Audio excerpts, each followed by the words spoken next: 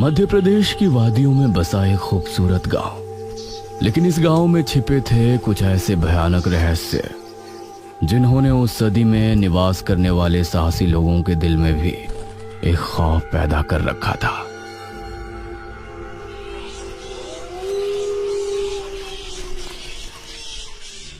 आज तो बहुत दिनों के बाद मित्रों से मिलना हो रहा है, बहुत आनंद आएगा। अरे मदन, कहाँ जा रहा है इस समय? पिताजी, मेरे मित्रों से इतने दिनों बाद मिलना हो रहा है। वो सुबह होने पर वापस नगर चले जाएंगे। अरे तुझे पता नहीं क्या, आज शनिवार की रात है। आज के दिन निशिर मोलो गांव में घूमते हैं। पिताजी, चाहे निशिर मोलो आए या नरकासुर, मुझे आज मेरे मित्रों से मिलने से कोई नहीं रोक सकता।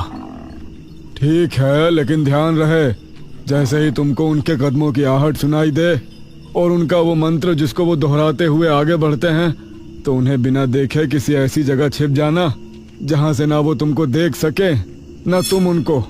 और जब तक उनकी आवाज आना बंद ना हो जाए उनके सामने नहीं आना। वो 4 भयानक आदमी होते हैं जो अपने कंधों पर एक ताबूत को उठाए होते हैं, और अगर कोई उन्हें देख ले तो वो जिंदा नहीं बचता। मुझे पता है पिताजी, अब मैं चलता हूँ। ये कहकर मदन घर से निकल गया, लेकिन उसके पिता के चेहरे पर उसकी फिक्र साफ नजर आ रही थी। निशिर मोलो आ जाएंगे और साथ ले जाएंगे। ऐसा लगता है कि हमारे गांव के लोग अभी भी दूसरी सदी में जी रहे हैं। वो तेज तेज कदमों के साथ आगे बढ़ रहा था। कुछ देर बाद उसे जंगल की तरफ एक पगडंडी वाला रास्ता नजर आया। यहां से जाऊंगा तो जल्दी पहुंच जाऊंगा, यहीं से आगे बढ़ता हूँ। बिना ज्यादा सोचे वो जंगल के अंदर बने उस पगडंडी वाले रास्ते पर आगे बढ़ गया।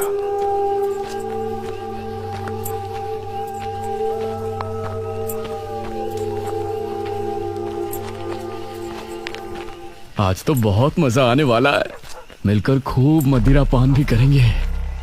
तभी उसे भारी कदमों की आहटों के साथ कुछ आवाजें सुनाई देने लगी।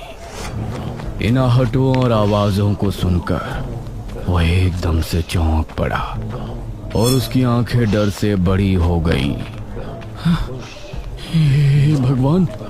वो जल्दी से झाड़ियों की तरफ भागा और उनमें छिपकर बैठ गया। वो झाड़ियों की ऊंट में बैठा लंबी लंबी सांस ले रहा था।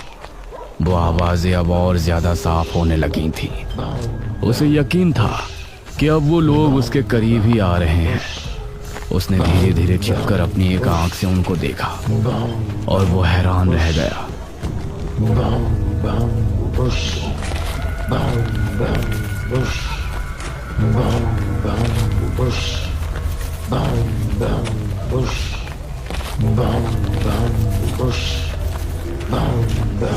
हे भगवान, मैंने इन्हें देख लिया। हाँ। मदन पूरी तरह से झाड़ियों में छिप गया और कुछ देर अपनी सांस तक रोके वहां छिपा रहा। फिर उसने धीरे से झांक कर देखा तो अब वो लोग कहीं नजर नहीं आ रहे थे। लगता है चले गए। वो वहां से निकला और दोनों तरफ देखा तो वहां कोई नजर नहीं आया। शुक्र है भगवान। उसने एक कदम बढ़ाया ही था कि तभी उसे फिर से वही आवाजें अपने ठीक पीछे से सुनाई देने लगी। उसने एक झटके से पलट कर देखा तो वो चारों ताबूत वाले शख्स ठीक उसके पीछे खड़े थे।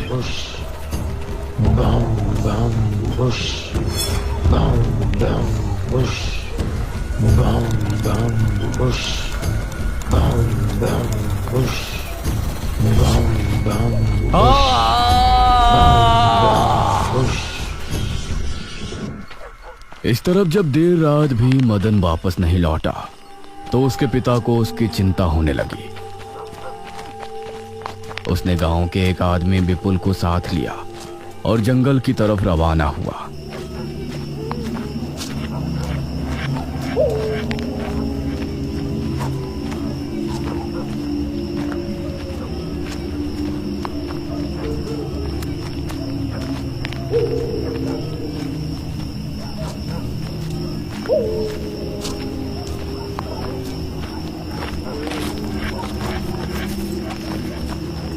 काफी देर बाद एक बरगद के पेड़ के पास जाकर उनके कदम रुक गए और आंखें खौफ से फट पड़ी। उन्होंने मदन को रहस्यमयी परिस्थिति में पाया।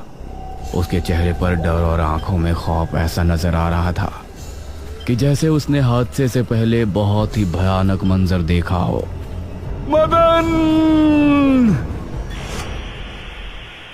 400 साल बाद अंधेरा जंगल, सुनसान रास्ता, चारों तरफ सिर्फ पेड़ पौधे और कोहरा।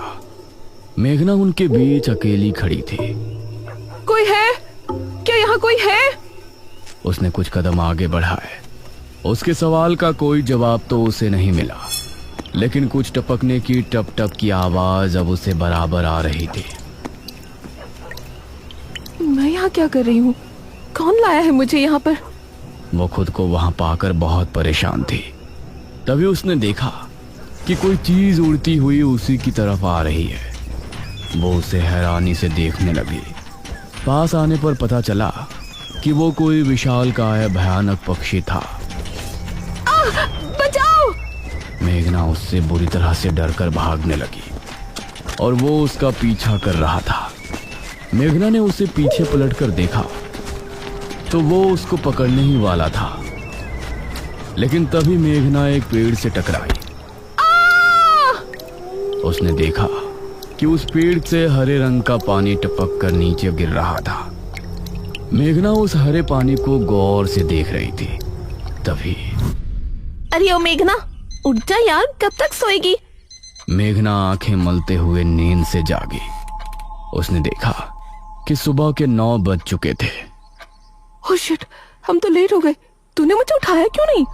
मेघना अपनी एक पार्टनर इशिता के साथ दिल्ली में रह रही थी, जहां वो एक लैब में काम किया करती थी। दोनों ने साथ नाश्ता किया और फिर तैयार होकर अपनी लैब के लिए निकल गई।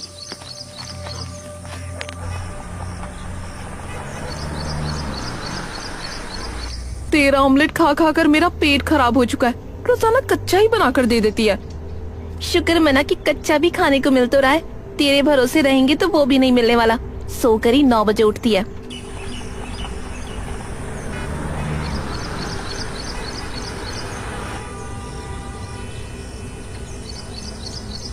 ये दोनों लैब में पहुंची और वहां जाते ही इशिता के पास प्रोफेसर जयदेव की कॉल आई।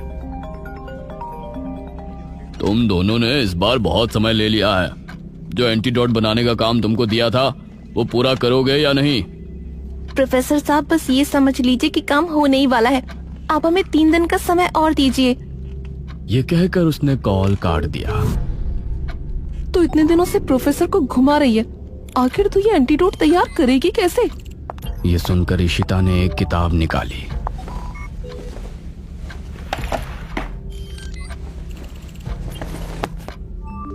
यार देख ये किताब, इसमें बहुत से ऐसे लिक्विड के बारे में लिखा है जिनकी कहानी पुरानी दंत कथाओं और लोक कथाओं से जुड़ी है। तो तू कहना क्या चाहती है? मुझे इस किताब में बहुत ही अनोखे लिक्विड के बारे में पता चला है, जिसे मृत्युंजय अमृत कहते हैं। हम उस लिक्विड का टेस्ट करेंगे और अगर वो हमारे काम का निकला तो उसे यूज भी कर सकते हैं। मृत्युंजय अमृत? देख, मैं तेरे साथ कहीं नहीं जाने वाली हूँ। ये सब बातें बकवास होती हैं। अरे देख तो सही, इस पेड़ से हर पूर्णमासी की रात ये हरा लिक्विड टपकता है। तभी मेघना ने देखा कि उस पन्ने पर किसी मृत्युंजय अमृत के बारे में लिखा था और उसमें ठीक वही पेड़ दिखाया गया था जो मेघना रोजाना अपने सपने में देखा करती थी। मतलब उस हरे पानी की बात ही इस किताब में लिखी थी।